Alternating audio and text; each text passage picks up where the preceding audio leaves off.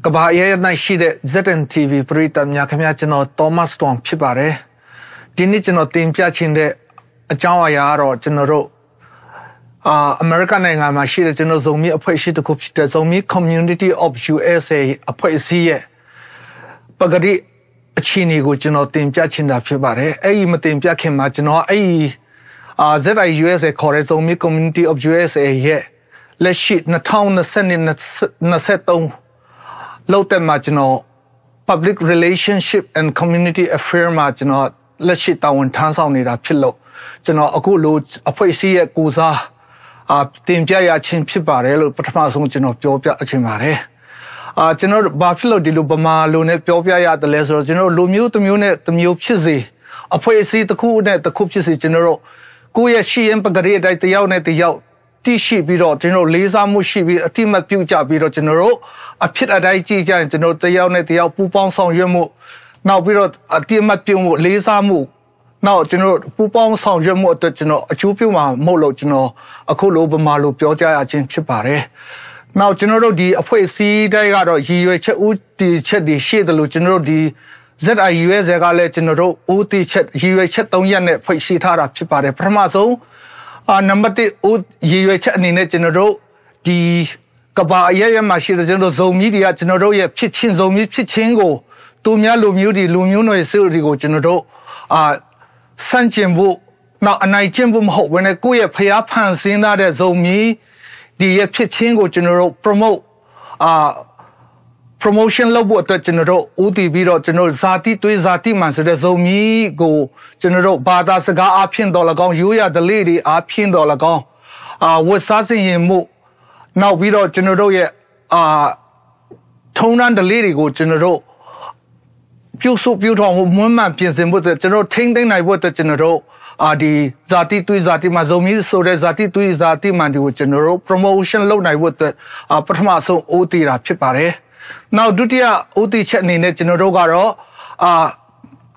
Global Development Super General, Kabayana Shire Zomedia, Pepegani General, Pimpu to the Naibu General, DZIUSA, UH Namani General, Taravare. Now we're number 2 Anine General Ga, Lumu General Zomedia, General Tayina Yidi Mateo Netio Sana Sedigo Tabiro. To put a mianet general, Beniama Benini general, Taina Irima, Pampu, Kungina on Subro general, a cheton, good, put city down Harachipare. Number 10 in a general, a queer identity Zomisura, general, Payapans in that general, Puzogani, Sintelare, Bata Sagature. Now we are you are the Litonani to the Lumudia, the China and the American and the Yaude Chemachino, Tassin Misa Digo. Let's say Ghana would General Kauno Ya General, you are the Lidigo General, Mapapio Vene General go, Sway Musin said Tinting I would to General Hio Tara Pipa, Elumi Chet Shire Chima General, the Chalo Mudi Lumuno Sudigo General, Yamu Chinlo, Damamu and Sanjin Jinlo, Tolan Jinlo. You actually when I go hago pay up with it, the late Tonani go general, take the China Pibare. Oma Apian Jomas, a general machine, the Lumio identity Sudania, General Zomi, good teacher, the Chalo Mudine, Quaquaja Sambro, Dama and Quaquaja Neburum Hope, the Chalo Dine General, Yenini, Zeratahaza, Shishine, Palmu, Yeji the Low, Guya. Kauno ya you are the lady go general Mapio general Tinding Boniama general Ubama Apian Domas general Cordo Way the Cordo Way the Chag the Kabajima general the Chalu Mudia Belu Muma Machine the get general you are Puero Pibare but the Cordo Way Sure Hagua general the Chua Gauti Sabuelos Things are called shipping general a Gauti Subway. Nami the Kune General Long Lauda, to a deep at the Ronde Shire Harp Chipare, Ajal, General Zomi, knit go pit the low. Now we are a knit go boy marginal, Saiputa, Caupetin and rejecting a harvest vegetables, so we are general Dina Yating Boyle, General Colo Yare. Now we're a knit go marginal, those who the Sakama General, မကောင်းဆိုးဝါးနတ်ဆိုးတွေကိုကျွန်တော်ရွာတွေကနေပထုတ်ပြီးတော့တိုက်ခိုက်တဲ့အတိတ်ပဲလဲဆောင်ပါတယ်နောက်တစ်မျိုးအဖြစ်အဲ့ဒုံဆူတဲ့ဟာကိုလဲကျွန်တော်အဲဝတ်ကြည့်ပြမှုကောင်းတဲ့ကိုယ့်ကိုကောင်းချေးပေးနိုင်တဲ့ဖျားတွေနတ်တွေအကောင်းဘက်ကနေပြီးတော့ကျွန်တော်ကောင်းချေးပေးနိုင်ပဲနတ်တွေဖျားတွေကိုကျွန်တော်အဲဝတ်ကြည့်ပြီးတော့ကျွန်တော်ဖိတ်ခေါ်ခြင်းလည်းဖြစ်တစ်မျိုးအဖြစ်ဆိုကျွန်တော်ကောင်းကြီးတောင်းခံတဲ့ပွဲတော်လည်းဖြစ်တယ်အားကြောင့်ဒီလိုမျိုးခေါ်တော်ပွဲတွေနောက်ပြီးတော့ကျွန်တော်တို့မှာဒီလိုမျိုးကောင်းတဲ့ရိုးရာပွဲတွေကိုကျွန်တော်သားစင်မစ်စစ်တွေနိုင်ငံခြားတိုက်တပါပဲရောက်နေပါစေကျွန်တော်တို့ဒီသားစင်မစ်စစ်တွေကထိမ့်သိမ့်နိုင်အောင်ဆိုတော့အဲ့လိုမျိုးရည်ရွယ်ချက်နဲ့ကောင်းတဲ့ရိုးရာဓလေ့တွေကိုထိမ့်သိမ့်ဖို့အတွက်ကျွန်တော်တို့ဆောင်ရွက်ရခြင်းဖြစ်ပါတယ်အားကြောင့်ကျွန်တော်ဒီ identity ကိုယ့်ရဲ့ဇုံမီဆိုတဲ့ဟာတွေကိုကျွန်တော်တို့ဘာသာစကားအဖြစ်ဘာသာပြန်ဖို့မလိုတဲ့ကျွန်တော်အဖိုးပူဇော်ရဲ့မျိုးစင်ဆက်ဒီဘာသာပြန်ဖို့မလိုတဲ့နောက်ရိုးရာဝတ်စုံတွေတူတဲ့နောက်ပြီးတော့စကားတွေ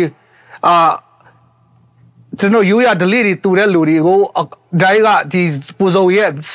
မျိုးစင်ဆက်တဲ့ကျွန်တော်ဒီလိုမျိုးတူညီတဲ့ရိုးရာဓလေ့တွေပွဲတော်တွေကိုကျွန်တော်တို့တာရေးနာရေးတွေမှာကျင့်ထုံးကျင့်နေ့တွေကိုကျွန်တော်ဒီလိုမျိုးပြုစုပြောတော်မှုထိန်းသိမ်းဖို့အတွက်ကျွန်တော်တို့ဒီပထမဆုံးကျွန်တော်ဥပမာအနေနဲ့ပြောပြရခြင်းဖြစ်ပါတယ်။နောက်ပြီးတော့ဒုတိယချက်အနေနဲ့ global development ကိုကျွန်တော်တို့ရည်ရွယ်ချက်ထားတဲ့နေရာမှာကျွန်တော်ဒီ ZIUSA ရဲ့ Zomi Community of United States of America အဖွဲ့ကကျွန်တော်တို့ဒီအမေရိကန်နိုင်ငံမှာရောက်ရှိနေကြတဲ့2000多လူ Zomi လူဦးရေကဒီကကျွန်တော်တို့အားဖြင့်ဖွဲ့စည်းတည်ထောင်ခြင်းဖြစ်ပေမဲ့ကျွန်တော်တို့မှာတခြားအိန္ဒိယနိုင်ငံမြန်မာနိုင်ငံချင်းပြည်နယ်ပဲဖြစ်ဖြစ်မလေးရှားမှာပဲဖြစ်ကျွန်တော်တို့ရဲ့လူမျိုးတွေကိုပညာရေးအဖြစ်တော်လကောင်းလူမှုရေးအဖြစ်လည်းအဖက်ဖက်နေဖွံ့ဖြိုးတိုးတက်နိုင်အောင်ကျွန်တော်တို့ကဒီ ZIUS နေပြီးတော့ငွေရေးကြေးရေးအဖြစ်တော်လကောင်းနောက်တဘောတရားအဖြစ်တော်လကောင်းကျွန်တော်အဆအဆရရတယ်ကျွန်တော်တက်အားတလောက်ကျွန်တော်ကိုငေပေးနေခြင်းဖြစ်ပါတယ်အထူးသဖြင့်ကျွန်တော်တို့ဒီ ZIUS ရဲ့ department တစ်ခုဖြစ်တဲ့Youth Development Department ကနေပြီးတော့ကျွန်တော်တို့အားတလောက်နဲ့ကွန်ပျူတာနည်းပညာတွေ IT ပညာတွေနောက်တော့အင်္ဂလိပ်စာဒီနောက်ပြီးတော့တို့ကျောင်းမှာတင်ထားတဲ့ပညာတွေကို Zoom meeting နဲ့တို့ကဘာအရရနိုင်ရှိတဲ့ကျွန်တော်တို့ဇုံမီလူငယ်တွေကိုတို့ပြုစုပြောထောင်ပြီးတော့တို့စီးပူးထားတဲ့ပညာတွေကိုဒီအမေရိကန်နိုင်ငံမရောက်နိုင်တဲ့တို့ရဲ့တငယ်ချင်းတွေကိုပေးတင်ကြားပို့ချနိုင်ခြင်းအပြင်ကျွန်တော် global development အနေနဲ့တို့လူမျိုးဘာသာမခွဲခြားဘဲနဲ့ဘယ်နေရာမှာပဲနေတို့တဲ့လက်လမ်းမီတလောက်ဆက်သွယ်နိုင်တဲ့လူတွေကိုဒီ YD department ကနေကျွန်တော်တင်sharing လုပ်ပေးခြင်းဖြစ်ပါတယ်အားကြောင့်ကျွန်တော်ဒီ ZIUSA ရဲ့ရည်ရွယ်ချက်ဥတီချက်တော့နံပါတ်1ထဲမှာကျွန်တော် global development ဆိုတဲ့နေရာမှာထိရောက်ကျွန်တော်တို့ကိုပံ့ပိုးပေးနိုင်တာတော့ဒီ YD department ပဲဖြစ်ပါတယ်နောက်ပြီးတော့ကျွန်တော်တို့အဲ့ဒီနံပါတ်1ရည်ရွယ်ချက်ထဲမှာကျွန်တော်တို့ဒီ ZIUS က UNO ကမ္ဘာကုလသမဂ္ဂအဖွဲ့အစည်းရဲ့လက်အောက်မှာရှိတဲ့ဌာနခွဲတစ်ခုမှာကျွန်တော်တို့consultative status အနေနဲ့ကျွန်တော်တို့ကိုဒီ ZIUS လက်ခံတဲ့အတွက်ကြောင့်ကျွန်တော် UNO ရဲ့နှစ်စဉ်နှစ်တိုင်းကျင်းပတဲ့social development conference ပဲဖြစ် indigenous people conference ပဲဖြစ် youth forum ပဲဖြစ်women forum ပဲဖြစ်အဲ့မှာတင်တန်းတက်ဖို့လိုတဲ့အချိန်မှာကျွန်တော်တို့ဒီ ZIUS အနေနဲ့2014ကနေပြီးတော့ဒီ UN ရဲ့အတိအမှတ်ပြုမှုရတဲ့နောက်ပိုင်းမှာကျွန်တော်တို့ကမ္ဘာအရရ၌ရှိတဲ့အိန္ဒိယနိုင်ငံပဲဖြစ်ဖြစ်မြန်မာပြည်မှာပဲဖြစ်ကျွန်တော်တို့ဇုံမီထဲမှာနိုင်ငံရေးဘက်ကကျွန်တော်တို့လွတ်တော်အမတ်တွေပဲဖြစ်ဖြစ်ကျွန်တော်တို့အမှုပညာဘက်ကအသီးပညာရှင်တွေအဆူပညာရှင်တွေဖြစ်ဖြစ်နောက်ပြီးတော့ကျွန်တော် NGO လုပ်ငန်း COS လုပ်ငန်းလုပ်တဲ့အမှုပညာရှင်တွေအဆူတော်တွေပဲဖြစ်ဖြစ်ကျွန်တော်တို့လူမှုရေးဝန်ထမ်းတွေပဲဖြစ်ဖြစ်ကျွန်တော်တို့တတ်နိုင်တလောက်ခေါ်ပြီးတော့အဲ့ဒီအစည်းအဝေးတွေတို့တက်ချင်းအပြင်တို့အဲ့ဒီအစည်းအဝေးတွေပြီးတဲ့နောက်ပိုင်းမှာကျွန်တော်တို့ဇုံမီတွေရှိတဲ့နေရာ state အသီးသီးမှာကျွန်တော်လဲပြီးတော့တို့တက်အားတလောက်တို့ရှိတဲ့အနုအရေးချင်းတွေအပြင်သူ့လူမျိုးတွေကိုဖြောပြခြင်းပဲဖြစ်ဖြစ် sharing ပဲဖြစ်ဖြစ်လုပ်တဲ့နေရာမှာတို့ရတဲ့ပိတ်ဆံတွေနဲ့လဲတို့ဘဝကိုတို့ကုဒုကုချုံပြီးတော့တို့အဲ့လိုမျိုးတို့ဘဝကိုတည်ဆောက်သွားတာတွေလည်းရှိပါတယ်အဲအကြောင်း ဒီ ZIUS global မှာ development လုပ်သွားတယ်ဆိုတာအဲ့အရင်နဲ့ကျွန်တော်တက်တည်ပြချင်းဖြစ်ပါတယ်အဲ့လိုမျိုးခေါ်တဲ့နေရာမှာကျွန်တော်ဘာသာဂိုင်းကနတွေမခွဲခြားပဲနဲ့လူကြီးလူငယ်တက်ကြီးတက်ငယ်ပိုင်းကိုကျွန်တော်ခွဲခြားမှုမရှိပဲနဲ့ကျွန်တော်တို့ပါတီလည်းမခွဲခြားဘူးအိန္ဒိယမြန်မာမလေးရှားအဲ့လိုမျိုးခွဲခြားဆက်ဆံခြင်းမရှိပဲနဲ့ကျွန်တော်တတ်နိုင်တဲ့လောက်အဆင်ပြေတဲ့လူတွေကိုကျွန်တော်တို့ခေါ်ယူရချင်းဖြစ်ပါတယ်အဲ့မှာကျွန်တော်ကာမကောင်းခြင်းနဲ့ကျွန်တော်ဗီဇာမရလို့မလာနိုင်တဲ့လူတွေလည်းရှိပါတယ်ဒါပေမဲ့ကျွန်တော်ခေါ်တဲ့နေရာမှာအဲ့လိုမျိုးခေါ်ခြင်းအပြင်ကျွန်တော်တို့ခုနကျွန်တော်ဝင်တင်ပြသွားတဲ့global development မှာအဲ့အစီအစဉ်လည်းကျွန်တော်အကျုံးဝင်ခြင်းဖြစ်ပါတယ်နောက်ပြီးတော့ကျွန်တော်တို့နံပါတ်3အနေနဲ့ကျွန်တော်တို့လှုပ်ဆောင်တဲ့နေရာမှာလူမှုရေးတာရေးနာရေးအဲ့ဒီနေရာမှာကျွန်တော်တို့ဒီ ZIUS နေပြီးတော့နှစ်တစ်ခါချင်းပါတဲ့ကျွန်တော်တို့လူထုအစည်းအဝေးပွဲကြီးမှာကျွန်တော်တို့ concert တွေနောက် model show တွေ Zomi idol တွေရိုးရအကတွေနဲ့အဲ့လိုမျိုးကျင်းပပြီးတော့ကျွန်တော်တို့လူထောင်နဲ့ချီပြီးတော့လှုပ်တာရှိပါတယ်အဲ့ဒီပွဲတွေလှုပ်ခြင်းအပြင်ကျွန်တော်နိုင်ငံခြားမှာသူများယဉ်ကျေးမှုတွေကြားမှာကျွန်တော်တို့ရောက်ကျွန်တော်သားတွေသမီးတွေရောက်တဲ့အချိန်မှာကျွန်တော်တို့ကဒီလိုမျိုးရိုးရဒလိတွေထုံနှန်းအစင်လာကောင်းတာကြီးကျွန်တော်ရှိပါလားဆိုပြီးတော့ကျွန်တော်မျိုးဆက်တည်တဲ့ကျွန်တော်တို့လက်ဆင့်ကမ်းပြတာဖြစ်ပါတယ်အဲအကြောင်းကျွန်တော်တာရေးတွေမှာလည်းအဲ့လိုမျိုးနှစ်တစ်ခါကျွန်တော်CCကားနဲ့ကျင်းပနိုင်ခြင်းဖြစ်ပါတယ်တစ်ဖက်မှာကျတော့ကျွန်တော်ဇိုမီတွေကဒီနာရေးကိစ္စမှာလည်းတခြားနိုင်ငံတွေမှာကျွန်တော်ရောက်တဲ့ချိန်မှာဒုက္ခတွေအနေနဲ့ရောက်တဲ့ချိန်မှာကျွန်တော်ကိုချစ်တော့ဘောကိုမရက်တည်နိုင်တဲ့လူတွေအတွက်ဆိုပြီးတော့ကျွန်တော်နာရေးလဲကျွန်တော်တို့လှုပ်ဆောင်ထားတာဖြစ်ပါတယ်ရှိပါတယ်အဲအကြောင်းဒီနာရေးလှုပ်ဆောင်ခြင်းအပြင်ကျွန်တော်အခုအထိဆိုရင်ဒီZIUSနေပြီးတော့ကျွန်တော်တို့ရဲ့စထရီမျိုးသားချင်းဒီကျွန်တော်တို့ဆုံးသွားတာကျွန်တော်တို့လူဦးရေအပြင်130လောက်ရှိခဲ့ပြီးပါပြီငွေရေးကြေးရေးအပြင်ကျွန်တော်တို့ဒီနာရေးတွေမှာရင်းနှီးခဲ့တာတော့ကျွန်တော် 2.7 million လောက်ကိုကျွန်တော်သုံးဆွဲပြီးသွားတာဖြစ်ပါတယ်အဲကြောင့်ကျွန်တော်ထိရောက်ကျွန်တော်တို့ဒီidentity ကိစ္စတွေမကဘူးနောက် global development တွေလည်းမကဘူးနောက်ဒီနှစ်တစ်ခါချင်းပါတယ်ကျွန်တော်တို့ပွဲတော်တွေအတွက်တွေမကဘူးဒီနာရေးကိစ္စမှာလည်းကျွန်တော်ထိရောက်လှုပ်ဆောင်သွားတာဖြစ်ပါတယ်နောက်ဒုတိယပိုင်းအနေနဲ့ကျွန်တော်ထပ်ပြီးတင်ပြချင်တာတော့ဒီလုပ်ငန်း3ရက်အတွက်ရည်ရွယ်ချက်3ရက်အတွက်အကောင့်ထဲပေါ်ဖို့ကျွန်တော်တို့ဖွဲ့စည်းပုံကိုကျွန်တော်တင်ပြချင်တာဖြစ်ပါတယ်ကျွန်တော်ဒီ ZIUS ဘယ်လိုတင်ပြဘယ်လိုဖွဲ့စည်းထားတယ်လဲဆိုတော့ကျွန်တော်အဓိကအဖြစ်ကျွန်တော်ဖွဲ့စည်းပုံကတော့နှစ်စဉ်နှစ်တိုင်းကျွန်တော် annual conference ကို 4th July မှာကျင်းပရခြင်းဖြစ်ပါတယ်အဲဒီ 4th July မှာကျွန်တော် state အသီးသီးမြို့နယ်အသီးသီးကကျွန်တော် Zomi community ခေါင်းဆောင်တွေကိုယ်စားလှယ်တွေကိုစားပြုပုံကိုယ်တွေအပြင်ကျွန်တော် conference လုပ်ပြီးတော့ဒီအဖွဲ့အစည်းရဲ့အခရာအကြဆုံးဥပဒေပြုကော်မတီလို့လည်းကျွန်တော်တို့ခေါ်လို့ရပါတယ်အဲ့မှာ bylaw နဲ့ဥပဒေကိုကျွန်တော်တို့ဒီ annual conference meeting congress လို့လည်းခေါ်ပါတယ်အဲ့သူတို့ကအာဏာအရှိဆုံးဥပဒေပြုအဖွဲ့အစည်းဖြစ်ပါတယ်သူတို့ကချပေးထားတဲ့ bylaw နဲ့ constitution တွေကိုအဲ့ဥပဒေပြုအဖွဲ့ကနေပြီးတော့ရွေးချယ်ပေးတဲ့ board of directors ကျွန်တော်တို့21ယောက်ရှိပါတယ်အဲ့ဒီ board of directors 21ယောက်ကနေပြီးတော့ဒီ annual committee congress မှာကျွန်တော်ချပေးထားတဲ့ဥပဒေတွေကိုကျွန်တော်လက်တွေ့အကောင်အထည်ဖော်ခြင်းဖြစ်ပါတယ်အားကြောင့်ကျွန်တော်တို့အာဏာအရှိဆုံးဒီ congress နှစ်ပတ်လည် conference မှာတက်ရောက်ကြတဲ့ကိုယ်စားလှယ်နဲ့ကိုယ်စားပြုပုဂ္ဂိုလ်တွေကချပေးထားတဲ့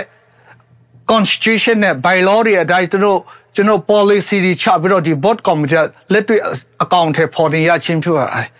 နောက်ပြီးတော့အဲ့ board of directors 21ယောက်ထဲမှာကျွန်တော်တို့က board chairman now vice chairman now secretary assistant secretary now treasurer accountant ဆိုပြီးတော့ကျွန်တော်တို့ထပ်ပြီးတော့ကျွန်တော်တို့ဖွဲ့စည်းထားတာရှိပါတယ်အဲ့မှာကျွန်တော်တို့အဓိက executive director ဆိုပြီးတော့အဲ့ဒီထဲမှာကျွန်တော်တို့လုပ်ငန်းဆောင်တာတွေကိုလက်တွေ့အကောင်အထည်ပေါ်သွားဖို့အတွက်အဲ့ executive director ကျွန်တော်တို့လက်တွေ့ကြကျွန်တော်တို့ဒီ policy တွေကိုကျွန်တော် လက်တွေ့အကောင့်တွေပေါ်သွားတာဖြစ်ပါတယ်အဲ့မှာကျွန်တော် board chairman ရဲ့အောက်မှာကျွန်တော် committee အပြင် education committee ရှိတယ်နောက်ပြီးတော့fundraising committee ရှိတယ်နောက် ZZI global zomi idol committee ရှိတယ် refugee program ရှိတယ်နောက်ပြီးတော့အဲ့ board chairman ရဲ့အောက်မှာရှိတဲ့ committee ဒီပြီးရင်ကျွန်တော်တို့ဒီ executive director ED ရဲ့လက်အောက်မှာကျွန်တော်ဌာနခွဲအနေနဲ့ကျွန်တော်တို့ IT နဲ့ media ရှိတယ်ပြီးရင် public relationship and community affairs ရှိတယ်နောက်ပြီးတော့youth development department ရှိတယ်အဲ့လိုနဲ့ကျွန်တော်တို့committee နဲ့ department နဲ့ကျွန်တော်ချပြီးတော့ကျွန်တော်တို့တတ်အားတလောက်နဲ့ကျွန်တော်ဒီ policy နဲ့ကျွန်တော်တို့ရဲ့ bylaw တွေကိုကျွန်တော်အကောင့်ထဲပေါ်သွားခြင်းဖြစ်ပါတယ်အားကြောင့်ကျွန်တော်ခုနကျွန်တော်တို့ဦးကြည်ချက်ရှိတဲ့နံပါတ်1ကနေနံပါတ်3အထိကိုကျွန်တော်ဒီလိုမျိုး committee နဲ့ကျွန်တော်တို့ဒီ department ကနေပြီးတော့ကျွန်တော်ပူးတွဲပြီးတော့ကျွန်တော်လက်တွေ့အကောင့်ထဲပေါ်သွားခြင်းဖြစ်ပါတယ်အဲ့လိုနေရာမှာကျွန်တော်တို့မှအခါအားလျော်ဆိုကျွန်တော်တို့အစည်းအဝေးတွေခေါ်တယ်နောက်ပြီးတော့ local Zomi community ခေါင်းဆောင်တွေနဲ့ကျွန်တော်တို့ Zoom meeting နဲ့အစည်းအဝေးလုပ်တယ်နောက်နှစ်လတခါကျွန်တော်တို့အဲ့လိုမျိုးZoom meeting နဲ့လုပ်ပြီးတော့ကျွန်တော်တို့လူမျိုးတွေအတွက်ကျွန်တော်လှုပ်ဆောင်ပေးသွားခြင်းဖြစ်ပါတယ်နောက်ကျွန်တော်တို့လှုပ်ဆောင်မှုပိုင်းမှာလည်းကျွန်တော်တို့ဥပမာအဖြစ်အိန္ဒိယနိုင်ငံမှာရှိတဲ့ကျွန်တော်တို့ရဲ့ Zomi ဒုက္ခတွေကိုကိုငေတိုင်းတာလည်းရှိတယ်နောက်ပြီးတော့Zomi national ကျင်းပတဲ့နေရာမှာလမ်ကာမြို့တော်မှာကျင်းပဖို့လိုအပ်ရင်လည်းကျွန်တော်ကိုငီပြီးတယ်နောက်ပြီးတော့အထူးသဖြင့် Delhi Zomi community ရဲ့ရုံး9ခကိုကျွန်တော်တို့ထောက်ပံ့ပေးသွားတာ4နှစ်လောက်ရှိသွားပြီဖြစ်ပါတယ်နောက်ပြီးတော့အလိုအပ်တဲ့ချိန်မှာကျွန်တော်မလေးရှားအိန္ဒိယနိုင်ငံက refugee တွေရဲ့ရှေ့ရေးအတွက်ကျွန်တော်တို့သူတို့ရဲ့ UNHCR နဲ့သူတို့ကြားမှာဆက်ဆံရေး communication smooth ဖြစ်နိုင်ဖို့အတွက်ကျွန်တော်တို့ဒီကနေဆောင်ရွက်ပေးနိုင်တာလည်းဆောင်ရွက်ပေးတာကြီးလည်းရှိပါတယ်နောက်ပိုင်းမှာကျွန်တော်တို့မြန်မာပြည်ချင်းပြည်နယ်မှာလည်းကျွန်တော်တို့မှာရှိတဲ့ကျွန်တော်တို့ Zomi ဒီအခါအားလျော်ဆိုကျွန်တော်ဒီတဘာဝဘေးအန္တရာယ်တွေကြာရောက်တဲ့ချိန်မှာကျွန်တော်တို့ဒီ ZIUS ကနေကျွန်တော်တို့relief fund ကနေကျွန်တော်ကိုငီနိုင်ကိုငီတာကြီးလည်းရှိပါတယ်အထူးသဖြင့်ဒီကျွန်တော်တီးမြို့ရဲ့ဆေးရုံမှာကျွန်တော်တို့ပြီးခဲ့တဲ့ COVID ကာလအချိန်အတော်တွင်းမှာကျွန်တော်တို့အရေးပေါ် ICU မှာလိုအပ်တဲ့ generator တို့ဘာလို့ဆိုရင်လည်းကျွန်တော်တို့ဒီ ZIUS ကနေပြီးတော့စူးစမ်းပြီးတော့ကျွန်တော်တို့ဒီ ICU အခန်းကိုကျွန်တော်လဲပတ်နိုင်ဖို့တတရားနေ generator ကိုကျွန်တော်တို့ကိုငေပေးတာလည်းရှိတယ်နောက်လိုအပ်တဲ့ချိန်မှာကျွန်တော်တို့ကျောင်းဒီတိတိအားထားကတဲ့ကျောင်းတို့လည်းပြုတ်ပြမွမ်းမပြင်ဆင်ဖို့အတွက်အစိုးရအနေနဲ့မလုပ်ပေးနိုင်တဲ့ချိန်မှာကျွန်တော်ဒီ ZIUS ကနေပြီးတော့ကျွန်တော်ဖခင်တောင်းဝင်ကိုယူပြီးတော့ကျွန်တော်လုပ်ပေးတာပြင်ဆင်မွမ်းမပေးတဲ့ဓာတ်ကြီးလည်းရှိပါတယ်။နောက်ကျွန်တော်တို့အဲ့လိုမျိုးကိုငေတဲ့အချိန်မှာကျွန်တော်တို့ကအာနာစိတ်ကိုလူချင်းလို့ကိုငေတာမဟုတ်ဘဲနဲ့ကိုလူမျိုးတွေရဲ့လိုအပ်ချက်ကိုအစိုးရအနေနဲ့မပံ့ပိုးနိုင်တဲ့ချိန်မှာကျွန်တော်တို့တအားနဲ့စေတနာရှိနဲ့ကျွန်တော်ကိုငေရချင်းဖြစ်ပြီးတော့နားလည်စေချင်တာတော့ကျွန်တော်တို့ကိုငေချင်းအဖြစ်ကျွန်တော်တို့မှာအာနာညောင်းခြင်းဖို့အာနာဆက်တက်ရောက်ခြင်းလို့ကျွန်တော်ကိုငေတာမဟုတ်ဘူးလို့ဒီကနေကျွန်တော်နဲ့ကျွန်တော်ပြောကြလို့တာဖြစ်ပါတယ်နောက်ပြီးတော့ကျွန်တော်တို့ဒီလိုမျိုးကိုငေတဲ့အချိန်မှာကျွန်တော်တို့ပတ်ဝန်းကျင်မှာကျွန်တော်ဒီ Zomi in Zomi community ဆိုတာကျွန်တော်တို့ထပ်ပြီးတော့ရှင်းပြလိုတာတော့ဒီ American နိုင်ငံဒီ USA အစိုးရရဲ့လက်အောက်မှာကျွန်တော် 501c3 နဲ့မှတ်ပုံတင်ထားပြီးတော့ကျွန်တော်ဒီ Zomi community ရဲ့တနစ်တာဝင်ငွေနဲ့ထွက်ငွေတွေအကုန်လုံးကိုကျွန်တော် IRS မှာကျွန်တော်တို့နှစ်စဉ်နှစ်တိုင်းမပြတ်ကွက်ဘဲနဲ့ကျွန်တော်မှန်ကျွန်တော်တင်ပြပြီးတော့ tax filer ဖြစ်ပါတယ်အားကြောင့်ကျွန်တော်ရဲ့ငွေအဝင်အထွက်တွေကိုကျွန်တော်အစိုးရနေကျွန်တော်တင်ပြခြင်းအပြင် tax ကိုလည်းကျွန်တော်တို့မှန်တင်ပြခြင်းအပြင်ကျွန်တော်ကဒီ American အစိုးရရဲ့အတိအမှတ်ပြုခြင်းကိုလည်းကျွန်တော်ခံယူရတာဖြစ်ပါတယ်အားကြောင့်ဒီ ZIUS ရဲ့လုပ်ငန်းတိုင်ငန်းဟိုတမြောက်ကျွန်တော်တို့ဒီနိုင်ငံကလည်းကျွန်တော်အတိအမှတ်ပြုတ်တယ်လို့ UN ကလည်းကျွန်တော်တို့အတိအမှတ်ပြုခြင်းဖြစ်ပါတယ်အားကြောင့်ကျွန်တော်တို့က COS အဖွဲ့အစည်းတစ်ခုဖြစ်ပါတယ်လူမှုအဖွဲ့အစည်းတစ်ခုဖြစ်တဲ့အားရောစွာကျွန်တော်တို့ပါတီနိုင်ငံရေးနဲ့လည်းကင်းရှင်းတယ်နောက်ပြီးတော့ဒီလက်နက်ကအဖွဲ့အစည်းတစ်ခုမှနဲ့လည်းကျွန်တော်တို့ဆက်သွယ်မှုမရှိဘူးငွေအားဖြင့်ဖြစ်စေကာယညာနာအားဖြင့်လည်းဖြစ်စေကျွန်တော်တို့ဘာမှပတ်သက်ခြင်းမရှိဘူးပါတီနိုင်ငံရေးကင်းရှင်းတယ်ဒီလက်နက်ကအဖွဲ့အစည်းတွေအားဖြင့်လည်းဆက်သွယ်မှုမရှိဘူးကင်းစင်တဲ့အဖွဲ့အစည်းတစ်ခုဖြစ်ကြောင်းကျွန်တော်ဒီကနေအတိအလင်းပြောပြလိုခြင်းဖြစ်ပါတယ်အားကြောင့်ကျွန်တော်တို့ကဘာအရေးနဲ့ရှိတဲ့ဒီ ZNTV ပရိသတ်များအနေနဲ့ကျွန်တော်တို့ကိုအတိမပြုစီချင်တာတော့ကျွန်တော် CSO အဖွဲ့အစည်းတစ်ခုဖြစ်တဲ့အားလျော်စွာကျွန်တော်တို့မှာဒီလိုမျိုးအဖွဲ့အစည်းတွေမှာတာရင်နာရေးတက်ဖွဲ့စည်းထားတဲ့အဖွဲ့အစည်းမဟုတ်ဘဲနဲ့ကျွန်တော်တို့မှာ global development အနေနဲ့တော်၎င်းနောက်ပြီးတော့ Zomi identity ကိုကျွန်တော်တို့ new set ဒီအတွက်ကျွန်တော်လက်ဆက်ခံပေးခြင်းလည်းဖြစ်ပါတယ်နောက်ပြီးတော့လူမှုရေးတာရင်နာရေးလည်းကျွန်တော်မလွတ်တမ်းကျွန်တော်တို့စွမ်းစွမ်းတမန်လှုပ်ဆောင်တဲ့အဖွဲ့အစည်းဖြစ်ကြောင်းလည်းကျွန်တော်ဒီကနေတင်ပြလိုခြင်းဖြစ်ပါတယ်အားကြောင့်ကျွန်တော်တောင်းပန်လိုတာတခုကတော့ကျွန်တော်တို့အချောင်းကိုဒီကိုယ့်ရဲ့တကူတော့ celebrity ပဲဖြစ်ဖြစ် lobbyist တွေပဲဖြစ်ဖြစ်ကျွန်တော်တို့တည်င်းဌာနတစ်ခုပဲဖြစ်ဖြစ်ကျွန်တော်တို့ကိုအချောင်းဒီ ZIUS အချောင်းကို media တစ်ခုစီပဲဖြစ်ဖြစ်တင်ပြချင်တယ်ထုတ်လွှင့်ချင်တယ် sharing လုပ်ချင်တယ်ဆိုရင်ကျေးဇူးပြုပြီးတော့ဒီ ZIUS မှာတာဝန်ထမ်းဆောင်နေတဲ့ board of director 20ဦးထဲကနေပြီးတော့တယောက်ပဲဖြစ်ကျွန်တော်မေးမြန်းပြီးတော့ကျွန်တော်တို့ဆီကနေ source ရယူပြီးတော့ကျွန်တော်တို့ share ပေးကြပါအမှန်ကိုအမှန်တိုင်းပဂရိအတိုင်းကျွန်တော်တို့ share ပေးကြရင်ကျွန်တော်တို့တယောက်နဲ့တယောက်လေးစားရာရောက်မယ်တချို့တော့ပုံကိုယ်တွေကဒီ ZIUS တာရင်နာရေးပဲလုပ်ပေးတယ်နောက်အစိုးရတစ်ခုခုနဲ့ထောက်ပံ့တယ်နောက်လက်နက်ကိုင်တစ်ခုခုကိုထောက်ပံ့တယ်နောက်ဒါမှမဟုတ်ပါတီတစ်ခုခုကိုကြောထောက်နောက်ခံတယ်ဆိုတာမျိုးကိုကျွန်တော်တို့ဒီမှာလုံးဝမဟုတ်မမှန်ကြောင်းကျွန်တော်ဒီ ZIUS အဖွဲ့ရဲ့ public relationship နဲ့ community affair department ရဲ့ director တဦးအနေနဲ့ကျွန်တော်အခုလိုအချိန်ယူပြီးတော့ဒီ ZNTV media platform ကိုကျွန်တော်ချီကုတ်ယူပြီးတော့တင်ပြရခြင်းဖြစ်ပါတယ်အားကြောင့်ကျွန်တော်တို့ဒီ ZIUS အကြောင်းဒီကိုယ့်ရဲ့ကျွန်တော်တို့ရဲ့ဦးတည်ချက်3ရက်နဲ့အငြိကျွန်တော်လှုပ်ဆောင်သွားတဲ့နေရာမှာကျွန်တော်ကပါတီနိုင်ငံရေးကင်းစင်တယ်လက်နက်ကိုင်လို့ငန်းကိုကျွန်တော်တို့မလုပ်ဘူးမလိုက်စားဘူးအားပေးခွင့်လည်းမရှိဘူးဒီအစိုးရကနေ CSO အဖွဲ့အစည်းတစ်ခုအနေနဲ့မလောက်ဆောင်တဲ့ဟာကိုကျွန်တော်မလောက်ဆောင်ဘဲနဲ့ရှောင်တဲ့ဟာတွေရှောင်ပြီးတော့လောက်ဆောင်ရမယ့်ဟာတွေကိုကျွန်တော်တစိုက်မတ်လောက်ဆောင်သွားတဲ့အဖွဲ့အစည်းဖြစ်ကြောင်းကိုကျွန်တော်တင်ပြခြင်းဖြစ်ပါတယ်အားကြောင့်ကျွန်တော်တို့ဒီအဖွဲ့အစည်းတစ်ခုနဲ့တစ်ခုဒေါ်လာကောင်ကျွန်တော်တို့လူမျိုးတစ်မျိုးနဲ့တစ်မျိုးကြားမှာဒေါ်လာကောင်ကျွန်တော်တို့ဒီမီဒီယာလုပ်ငန်းမှာတည်ကျွန်တော်တို့ပို့တဲ့နေရာမှာတော့ကောင်းကျွန်တော်တို့တယောက်နဲ့တယောက်ဖလှယ်တဲ့နေရာမှာကျွန်တော် resource အမှန်ရဖို့အတွက်ကျွန်တော်တို့တယောက်နဲ့တယောက်UUTT လေးဆဆနဲ့ကျွန်တော်တို့ဆက်ဆံပြီးတော့ကျွန်တော်တို့အဖွဲ့အစည်းတစ်ခုရဲ့တည်င်းကိုဖြန့်ချင်တယ်ပို့ချင်တယ်ကျွန်တော်တို့အမှန်တိုင်းကိုကျွန်တော်ရယူပြီးတော့တယောက်နဲ့တယောက်တည်င်းအချက်လက်တွေကိုဖလှယ်ပြီးတော့ကျွန်တော်ဖွဲ့စည်းပုံတွေကိုတိကျရင်ကျွန်တော်တို့ဒီမားတဲ့တန်တရားအမားတွေကိုတည်င်းမားတွေကိုကျွန်တော်တို့ဖြည့်ရှင်းနိုင်မှာဖြစ်ပါတယ်အားကြောင့်ကျွန်တော်တို့ဒီနေ့အထူးသဖြင့်ကျွန်တော် ZIUS ရဲ့ဖွဲ့စည်းပုံအားဖြင့်ကျွန်တော်တို့ဒီ Assistant Congress ကနေပြီးတော့ Board of Director နေပြီးတော့ကျွန်တော်ဌာနဆိုင်ရာအသီးသီးနဲ့ကျွန်တော် community ဒီမှာကျွန်တော်တို့ဒီလိုမျိုးတဆင့်ပြီးတဆင့်ကျွန်တော်ဖွဲ့စည်းရတဲ့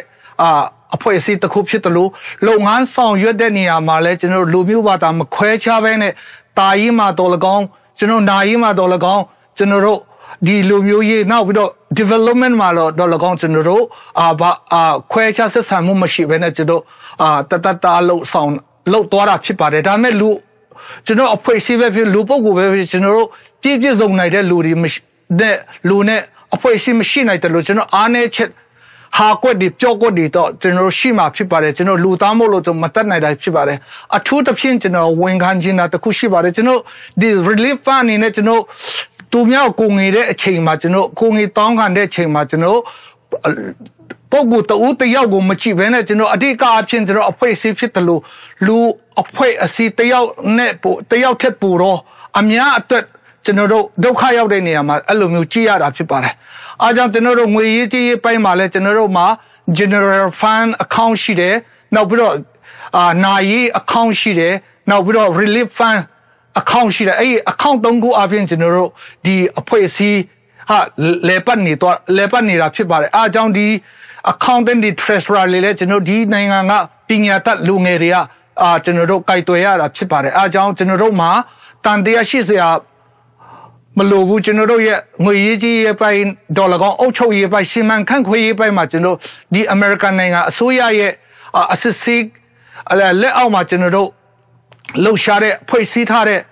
အဖွဲ့အစည်းတစ်ခုဖြစ်တယ်လို့ကျွန်တော်တို့သူတို့ဒီနိုင်ငံမှာချမှတ်ထားတဲ့ CSO ရဲ့လိုက်နာရမယ့်စီမင်းစည်းကမ်းတွေနဲ့ဥပဒေတွေနဲ့ကျွန်တော်တို့ဒီအဖွဲ့အစည်းကိုဖွဲ့စည်းခြင်းဖြစ်တယ်လို့ကျွန်တော်လုပ်ငန်းကိုင်ငန်းတွေဆောင်ရွက်တဲ့နေရာမှာလည်းအဲ့လိုမျိုးဆောင်ရွက်သွားတာဖြစ်ပါတယ်အားကြောင့်ဒီဂုံချုပ်အနေနဲ့ကျွန်တော်အဓိကတင်ပြချင်တာတော့ကျွန်တော်တို့ဟာဒီ ZIUS ကျွန်တော်တို့ CSO အဖွဲ့အစည်းတစ်ခုအနေနဲ့ American အစိုးရရဲ့လက်အောက်မှာ 501c3 နဲ့ကျွန်တော်မှတ်ပုံတင်ထားတဲ့အဖွဲ့အစည်းတစ်ခုဖြစ်တယ်လို့ငွေရေးကြီးပိုင်းနဲ့တို့လုပ်ငန်းကိုင်ငန်းဆောင်ရွက်တဲ့နေရာမှာလဲကျွန်တော်တို့ပါတီနိုင်ငံရေးကင်းရှင်းတဲ့လက်နက်ကိုင်လုပ်ငန်းတွေတဲ့တခြားနိုင်ငံပတ်ဝန်းကျင်ဒီတခြားနိုင်ငံကလူတွေနဲ့လဲကျွန်တော်တို့ငွေရေးကြီးအဖြစ်သဘောတရားအဖြစ်ကျွန်တော်ပတ်သက်ခြင်းမရှိဒါမဲ့တစ်ခုရှိတာတော့ကျွန်တော်ရဲ့ဦးတည်ချက်ဖြစ်တဲ့identity ပိုင်းမှာကျွန်တော်နဲ့ဦးတည်ချက်တူတဲ့အဖွဲ့အစည်းတွေနဲ့သဘောအဖြစ်ကျွန်တော်တို့ဦးတည်ချက်ရည်ရွယ်ချက်တွေတူတဲ့အတွက်ကြောင့်ကျွန်တော်တို့အပေါ်ယံအဖြစ်တူကောင်းတူမယ်ဒါပေမဲ့ငွေရေးကြီးနဲ့အတွင်းဘက်အဖြစ်ကျွန်တော်တို့ CS ရဲ့လုပ်ငန်း CSO ရဲ့လုပ်ငန်းတဲ့အဖွဲ့အစည်းတဲ့ဖြစ်တဲ့အတွက်ကြောင့်ကျွန်တော်တို့ပါတီနိုင်ငံရေးကင်းရှင်းတဲ့လက်နက်ကိုင်လုပ်ငန်းတွေနဲ့လည်းကျွန်တော်တို့ကင်းစင်တဲ့အဖွဲ့အစည်းဖြစ်ပါတယ်အဲအကြောင်းကျွန်တော်တို့အနေနဲ့အခုဒီ ZIUS တီထောင်ပြီး session ဒီလောက်တိုင်အောင်ကျွန်တော်တို့ရှောက်လန်းနိုင်ခဲ့တယ်လို့အနာဂတ်လာမဲ့အချိန်မှာလဲကျွန်တော်တို့ဒီလုပ်ငန်းစဉ်တွေတိုင်းပဲဆက်လက်ပြီးတော့ကျွန်တော်တို့လှုပ်ဆောင်သွားမှာဖြစ်ပါတယ်အဲကြောင့်ကျွန်တော်တို့ဒီလိုမျိုးတင်ပြခြင်းအားဖြင့် ZIUS အဖွဲ့ရပါလဲ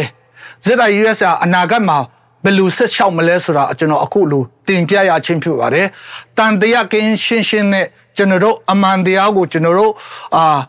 တိရှိနိုင်ဖို့အတွက်ကျွန်တော်တို့ကဘာအရေးနိုင်ရှိတဲ့ဇုံမီအမျိုးသားတွေပဲဖြစ်နောက်တခြားလူမျိုးတွေစုတွေပဲဖြစ်ကျွန်တော်တို့ ਨੇ ကျွန်တော်တို့ပူးပေါင်းကြပါကျွန်တော်တို့ ਨੇ ဆက်သွယ်ကြပါကျွန်တော်တို့အနေနဲ့ကျွန်တော်လုပ်ငန်းကျွန်တော်တို့ရဲ့ဦးတည်ချက်3ရက်အတိုင်းကျွန်တော်တို့ရက်တည်ခြင်းဖြစ်ပါတယ်လို့ဒီတင်ပဲကျွန်တော်တို့ကျွန်တော်ဒီနေ့ ZIUS ကိုစားနေတဲ့တင်ပြခြင်းကိုကျွန်တော်တင်ကုန်းချုပ်ခြင်းပါတယ်ဒီလိုမျိုးတင်ပြခွင့်ပေးတဲ့ZNTV director ပူဆောင်လက်နဲ့ပြည်စံတို့အပေါ်မှာလည်းကျွန်တော်အထူးကျေးဇူးတင်ရှိသလိုကျွန်တော်အဖွဲ့အစည်း ZIUS ရဲ့ board of director နဲ့ဒီ American နိုင်ငံမှာညီသင်းနေထိုင်ကြတဲ့ကျွန်တော်ဇုံမီလူမျိုးတို့2000ကျော်တော့ဇုံမီလူမျိုးဒီကိုစားလဲကျွန်တော်အထူးကျေးဇူးတင်ရှိကြောင်းတင်ပြရင်းနဲ့ကျွန်တော်နှိကုံထုတ်ချင်ပါတယ် Hello ကျွန်တော် Thomas Storm ဖြစ်ပါတယ်ဒီနေ့ကျွန်တော်ချပြခြင်းတဲ့အကြောင်းအရာနှစ်ခုကတော့ကျွန်တော်ပုဂ္ဂလိကအမြင်နဲ့ကျွန်တော်ဒီကြားခဲ့တဲ့သတင်းတွေကိုကျွန်တော် reaction သဘောမဟုတ်ဘဲနဲ့ကျွန်တော်ဒီအမားပြင်ချက်သဘောနဲ့ကျွန်တော်ပြောပြချင်တာဖြစ်ပါတယ်အဖွဲ့အစည်းတစ်ခုခုရဲ့ကိုစားပြောကြခြင်းမဟုတ်ဘဲနဲ့ကျွန်တော်ပုဂ္ဂလိကအတွေ့အခေါ်နဲ့ကျွန်တော်ရဲ့ယက်တီချက်နဲ့ကျွန်တော်တင်ပြခြင်းဖြစ်ပါတယ်လို့ကျွန်တော်ပထမဆုံးအနေနဲ့ကျွန်တော်ဝန်ခံခြင်းပါတယ်ပထမဆုံးအချက်ကတော့ကျွန်တော်တို့ပြီးခဲ့တဲ့4-5 လလောက်တုန်းကကျွန်တော် Daily Myanmar Channel မှာထုတ်လွှင့်ထားတဲ့သတင်းတစ်ပုဒ်ကိုကျွန်တော်ခြေပချင်တာဖြစ်ပါတယ်အဲ့ဒါဘာလဲဆိုတော့ကျွန်တော်တို့ဒီ2018လောက်တုန်းကကျွန်တော်တို့ဒီမြန်မာနိုင်ငံမှာတော်ဟိုလေးတကြောဖြစ်ခဲ့တဲ့ကျွန်တော်တို့သတင်းတစ်ပုဒ်ကိုကျွန်တော်ဒီကနေပဲကျွန်တော်အမားပြင်စေချင်တာဖြစ်ပါတယ်နောက်ပြီးတော့မြန်မာ Daily Channel ကလည်းဒီကျွန်တော်ရဲ့တင်ပြချက်ကိုကျွန်တော်ကြားခဲ့မိရင်ကျွန်တော်တို့ကိုနောက်မှာကျွန်တော်တို့တတိပြုတ်ဝတ်တဲ့ကျွန်တော်တင်ပြလို့တာဖြစ်ပါတယ်ကျွန်တော်တို့တိကြပြီးတဲ့အတိုင်းကျွန်တော်တို့တော်ဆိုးဝါလာတဲ့ကျွန်တော်မြန်မာပြည်ရဲ့အခုလက်ရှိအာဏာသိမ်းတဲ့မင်းအောင်လိုက်ကိုကျွန်တော်အဲ့ဒီအချိန်မှာကျွန်တော်စီးပွားရေးလုပ်ငန်းရှင်3ယောက်က သူရဲကောင်းပွေပေးခြင်းဖြစ်ပါတယ်ဒါကတော့ကျွန်တော်တို့အထူးတလေကျွန်တော်တို့ပြောကြားဖို့လည်းလိုတော့မယ်မထင်ပါဘူးဘာဖြစ်လို့လဲဆိုတော့ကြီးမုံသတင်းစာအပြင်မှအလင်းသတင်းစာတွေမှာလည်းကျွန်တော်အားလုံးကဘာသူကဘာသားအားလုံးကကျွန်တော်တို့တည်ခဲ့ပြီးတဲ့သတင်းဖြစ်ပါတယ်ဒါပေမဲ့ဝမ်းနဲ့ဒါတခုကတော့ကျွန်တော်မြန်မာ Daily Channel ကကျွန်တော်တို့ဒီဟာကိုကူကားပြီးတော့တင်ပြတဲ့နေရာမှာကျွန်တော်တို့ဒီချင်းပြည်နယ်မြောက်ပိုင်းမှာရှိတဲ့ကျွန်တော် Zomi Revolution Army Eastern Command ကမအားလာကိုသူရဲကောင်းပွေပြီးတော့မအားလာရဲ့လက်နဲ့အထောက်အပံ့နဲ့အခုနေဆက်ဒီမှာလှုပ်ရှားနေပြီးတော့ PDF ကိုကျွန်တော် NUG နဲ့ဆက်တဲ့ PDF ကိုတိုက်ခိုက်နေပါတယ်ဆိုတဲ့ဟာကိုကျွန်တော်ကြားရတဲ့အတွက်ကြောင့်ကျွန်တော်ရှင်းပြရခြင်းဖြစ်ပါတယ်ကျွန်တော် one is နဲ့ပဲကျွန်တော်ဒီမအားလာကိုသူရဲကောင်းပွေပေးခြင်းဟာဒီ ZRA Eastern Command နဲ့လုံးဝပတ်သက်ခြင်းမရှိဘူးဆိုတာအခုအထူးကျွန်တော်တင်ပြလို့ခြင်းဖြစ်ပါတယ်။ဘာဖြစ်လို့လဲဆိုတော့ဒီမအားလာကိုသူရဲကောင်းပွေပေးတဲ့စီးပွားရေးလုပ်ငန်းရှင်၃ဦးကကျွန်တော်နာမည်မဖော်ပြလို့ပါဘူး။ဘာဖြစ်လို့လဲဆိုတော့သူတို့ရဲ့ဦးတည်ချက်လည်းကျွန်တော်လည်းမသိပါဘူး။သူတို့လည်းသိအောင်လည်းကျွန်တော်ထုတ်ပေါ်ပြောကြားခြင်းလည်းမရှိဘူး။ဦးတည်ချက်တော့သူတို့ကရည်ရွယ်ချက်တော့ရှိမှာပါ။ဒါပေမဲ့သူတို့ဒီလုပ်ငန်းရှင်ကြီး၃ယောက်ကတကယ်တထေးတွေလည်းဖြစ်ပါတယ်လူမှုရေးလုပ်ငန်းမှာကိုငီပံ့ပိုးတဲ့နေရာမှာလည်းသူတို့ကရရောနဲ့ကိုငီပံ့ပိုးတဲ့လူတွေဖြစ်ပါတယ်။နောက်သူတို့လည်းဩဇာညောင်းတဲ့လူပုဂ္ဂိုလ်ကြီး၃ယောက်လည်းဖြစ်ပါတယ်။ဒါပေမဲ့ဒီလိုမျိုးသူရဲကောင်းပွေပေးတဲ့အချိန်မှာသူတို့ပဲအဖွဲ့အစည်းမှလည်းတိုင်ပင်ခြင်းမရှိဘူးမင်းများချင်းခွင့်ပြုချက်တောင်းတာလည်းမရှိဘူးဒါပေမဲ့ကျွန်တော်ခရိယန်တွေရဲ့အထွတ်အမြတ်ထားတဲ့ခရစ်စမတ်ပွဲကိုကျွန်တော်တို့ဗန်းပြပြီးတော့ဓမ္မအမှုတော်ဆောင်ဖုံးတော်ကြီးတွေတိတ်ခါတော်ရဆရာကြီးတွေကိုလက်ကြိုက်တော့ထားပြီးတော့ကျွန်တော်ဒီခရစ်စမတ်နေ့ကိုအကြောင်းပြပြီးတော့ကျွန်တော်လက်ဆောင်သွားပေးရင်းနဲ့သူရဲကောင်းပွေပေးခြင်းဖြစ်ပါတယ်အားကြောင့်ကျွန်တော်ဒီသူရဲကောင်းပွေပေးတဲ့နေရာမှာအဲ့ဒီပုဂ္ဂိုလ်ကြီး၃ယောက်ကကျွန်တော်တို့ဒီ Zomi movement တော်မှာတော်၎င်းဒီ Zomi လက်နက်ကအဖွဲ့အစည်းတွေနဲ့လုံးဝပတ်သက်ခြင်းမရှိသလိုအဲ့ဒီ Zomi movement တွေမှာသူတို့ပါဝင်ပတ်သက်ခြင်းတခါမှလည်းမရှိဘူးပံ့ပိုးဖို့လည်းမရှိဘူးသူတို့ကပါတီနိုင်ငံရေးအရဆိုရင်လည်းကျွန်တော်တို့ဒီလူမျိုးရေးပါတီတွေမှာလည်းသူတို့ကနည်းနည်းမှပါဝင်ခြင်းမရှိသလိုသူတို့ရှိထားတဲ့ပစ္စည်းဥစ္စာငွေရေးကြေးရေးဒီလည်းသူတို့ဒီဇုံမီပါတီနဲ့ဇုံမီလက်နဲ့ကအဖွဲ့အစည်းတွေကိုကျွန်တော်ပံ့ပိုးခြင်းလည်းတခါမှမရှိဘူးတဲ့ပုံကူကြီး၃ယောက်ဖြစ်ပါတယ်အားကြောင့်ကျွန်တော်တို့ဒီမအားလာကိုသူရဲကောင်းပွေပေးခြင်းဟာဒီ ZRA Eastern Command နဲ့လုံးဝပတ်သက်ခြင်းမရှိသလိုအဲ့ဒီပုံကူကြီး၃ဦးကလည်းဒီလူမျိုးပါတီနိုင်ငံရေးနဲ့ဒီလက်နက်ကအဖွဲ့အစည်းတွေနဲ့ဆက်ဆက်မှုလည်းမရှိသလိုသူတို့အတိအမှတ်ပြုခြင်းလည်းမခံပါဘူးအားကြောင့်ဒီမြန်မာ Daily Channel နဲ့ဒီကျွန်တော်ဗီဒီယိုကိုနားထောင်ကြားမိတဲ့လူတွေတိုင်းကကျွန်တော်ဒီအမားကိုပြင်ဆင်လို့ခြင်းဖြစ်ပါတယ်အားကြောင့်ဒီမြန်မာ Channel မြန်မာ Daily Channel တည်င်းဌာနအနေနဲ့လဲနောက်မှာတည်င်းပို့တဲ့လူကိုကျွန်တော်တို့စစ်ဆက်လေ့လာပြီးတော့ကိုထုတ်လွှင့်တဲ့တည်င်းတွေမှားလားမှန်လားဆိုတော့တတိပြုတ်စေလိုပါတယ်အားကြောင့်အဓိကအဖြစ်ဒီလိုမျိုးအမားတည်င်းပို့တဲ့ပုံကိုယ်တွေအဖြစ်ကျွန်တော်တို့ responsibility ယူရမှာဖြစ်ပါတယ်တာဝန်ယူမှုတာဝန်ခံမှုရှိပါတယ်ဒီလိုမျိုးအမားတည်င်းတွေကိုတည်င်းဌာနကြီးတစ်ခုမှာပို့ချင်းအဖြစ်လူတွေရဲ့တောကရောက်เสียတန်တရားရှိเสียအမုန်းပွားเสียဖြစ်တဲ့တည်င်းတွေကိုဆင်ခြင်ဖို့လိုပါတယ်အားကြောင့်တည်င်းဌာနများအနေနဲ့တော်၎င်းနောက်ပြီးတော့အဖွဲ့အစည်းတစ်ခုကိုပုတ်ချခြင်းလို့ဒီလိုမျိုးအမားတည်င်းကိုပို့တာတွေကဖြန့်ချင်းဟာကျွန်တော်တို့ဒီ live ကနေပြီးတော့ကျွန်တော်တတိပြုစေလိုပါတယ်အားကြောင့်ဒီနောက်ဆုံးအနေနဲ့ဒီမအားလာသူရဲကောင်းပွေပေးခြင်းဟာအခုလက်ရှိဇုံမီလူမျိုးတွေအတွက်လှုပ်ရှားနေတဲ့ ZRA Eastern Command နဲ့လုံးဝပတ်သက်ခြင်းမရှိပါဘူးသူတို့စီးပွားရေးလုပ်ငန်းရှင်တွေကသူတို့ကူကျူးအတွက်လားဘယ်လိုမျိုးရည်ရွယ်ချက်နဲ့တွားပေးတာလဲဆိုတာကျွန်တော်တို့လည်းမသိနိုင်ဘူးသူတို့လည်းမပြောသူတို့ကလည်းတိုင်ပင်ခြင်းမရှိတော့ဒါကတော့သူတို့အပိုင်းပဲဒါပေမဲ့ကျွန်တော်တို့ပြောနိုင်တာတခုကတော့ဒါလူမျိုးရေးနဲ့လည်းမဆိုင်ဘူးလက်နဲ့ကြိုင်လုပ်ငန်းလည်းမဆိုင်ဘူးသူတို့ကစီးပွားရေးလုပ်ငန်းရှင်ဒီဖြစ်တဲ့အားလျော်စွာဘာအချို့အတွက်ကြောင့်ဘယ်လိုမျိုးရည်ရွယ်ချက်ကြောင့်ဒီ ဖုံးတော်ကြီးတွေဓမ္မအတိတ်ခါတော်ရဓမ္မဆရာတွေကိုခေါ်ပြီးတော့သူရဲကောင်းဘွဲ့သွားပေးကြတယ်လဲဆိုတာကျွန်တော်တို့လည်းအခုထိနားမလည်နိုင်ဘူးတို့ပဲတိလိမ့်မယ်အဲအကြောင်းကျွန်တော်တို့ပြောနိုင်တာတော့ဒီသူရဲကောင်းဘွဲ့ပေးခြင်းနဲ့ဒီလက်နဲ့ကိုင်အဖွဲ့တွေကိုဆက်ဆက်မှုလုံးဝမရှိဘူးလို့ကျွန်တော်ဒီကနေအတိလင်းကျွန်တော်ပြောကြလို့ရှင်းဖြစ်ပါတယ်အဲ့လိုပဲတို့ကိုင်တဲ့လက်နဲ့တွေကမြန်မာတက်မတော်ထုတ်လုပ်တဲ့ဒီလက်နဲ့ကမ်ပဏီကနေထုတ်တဲ့လက်နဲ့တွေဖြစ်တယ်ဆိုတာကျွန်တော်တို့သိအဲ့ဒီသတင်းတွေလည်းကျွန်တော်ဖတ်ရပါတယ်ဒါကတော့မြန်မာနိုင်ငံမှာနားလည်မှုနဲ့အလှရှားတဲ့နိုင်ငံဖြစ်တယ်လို့ကျွန်တော်တို့ညနေညနဲ့ကျွန်တော်တို့အုပ်ချုပ်တဲ့နိုင်ငံဖြစ်တယ်လို့ကျွန်တော်တို့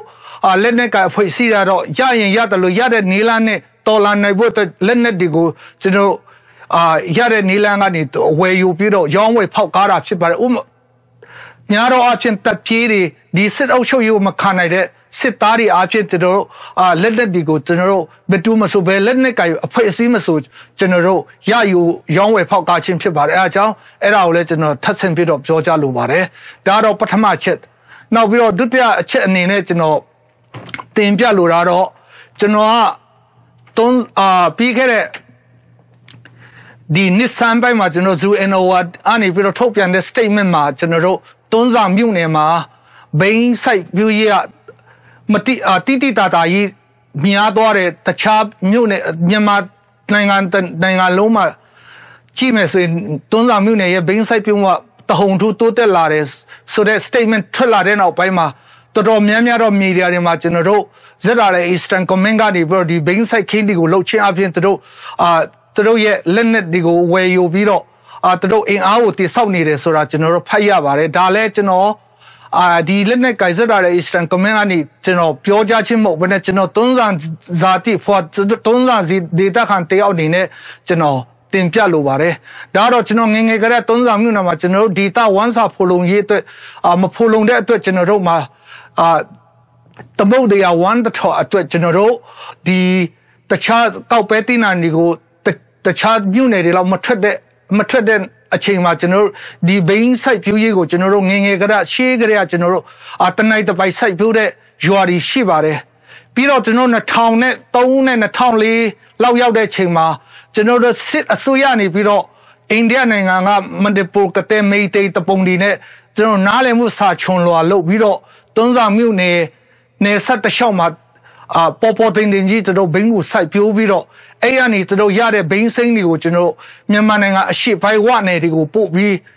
ကုံချောနံပါတ်40ဒီမိုးရေးစေဝါတွေလုပ်ပြီးတော့ကျွန်တော်အနေပြီးတော့တကဘာလုံးကိုဖြန့်ချီတာဖြစ်ပါတယ်